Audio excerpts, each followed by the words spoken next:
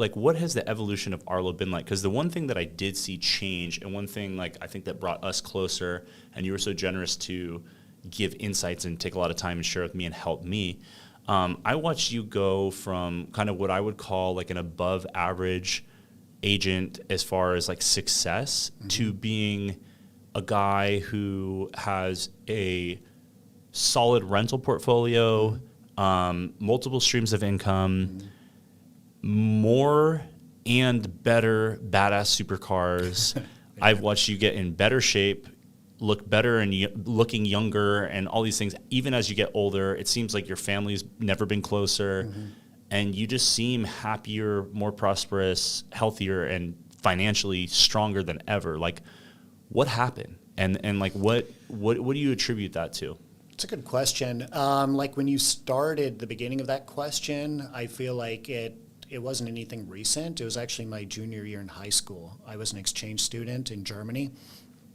And all the other Americans, they were going out drinking because there was no drinking age, and they were out partying all the time. And I found this guy named Misha, who we just kind of saw eye to eye. He was a German guy, though. Name gives it away. Figures. Yeah, he wore capri, so you know how feminine they are over there. Capri pants. Oh, capri pants. Anyways, we would go to coffee shops. We were like 16. We were going to coffee shops, and we'd just be like slamming coffee, like writing down business ideas. And I just talked to him this morning, so I'm 41 now, if that tells you. He was showing me his $3.5 million yacht that he pulls up to his $6-something million mansion in Ibiza, where he goes on vacation, like crazy successful. We took different paths, did different things, but it was like then when I got like really focused about starting a business, being an entrepreneur.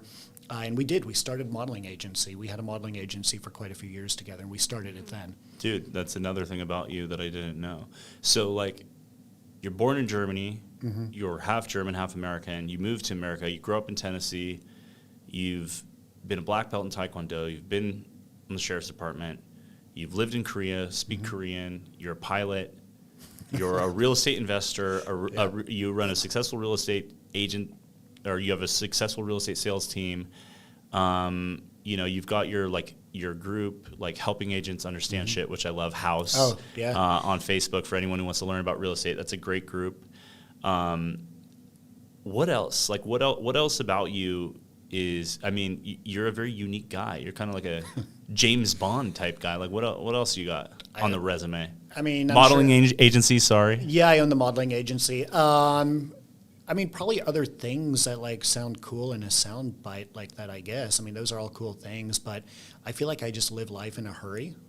And I'm like proud of that. And a lot of people are like, oh, slow down, this, that, the other. But like, you know how like you can open up an app and you can check a bank account and you can see how much money. You can't do that with time. Yeah. And you don't know how much you have left.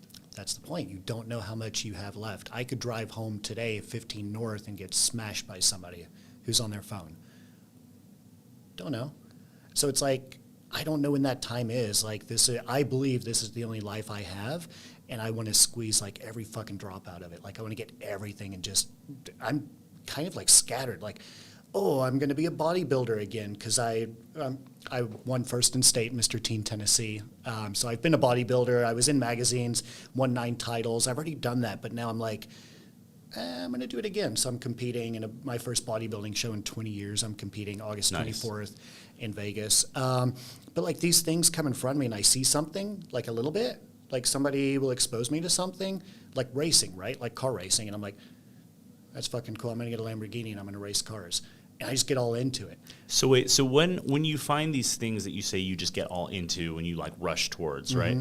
So do you just find things that appeal to you? Do you have like an intuition that you should check it out? Like what drives you? I don't know that I don't really seek them out. I just kind of feel like in different circles, like I'm exposed to it and I see something and I see someone else doing it at a high level or see somebody enjoying it.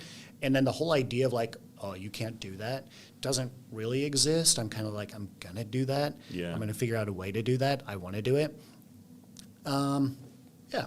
So that kind of like you talked about, you mentioned like I see someone else do that, and it just makes me think of like what you said earlier about being in the right room. Yeah. So for you, like I know like part of what kind of, I think, like when you got in a certain room, like in real estate, is when I saw your career really jump. And I think it was that. So that's one example of being in the right room. It's been the biggest example, in a way. What are some of the like rooms you've been in, or how would you suggest someone finds the room that's right for them? It's a good question. I feel like I've always been kind of lucky and have fallen into them and just kind of found myself by association. Is luck if it happens like once or twice, but you happened quite a few continually times. do this? So Well, like, what do you attribute that luck to? So when my income and my net worth went up, a lot of doors opened.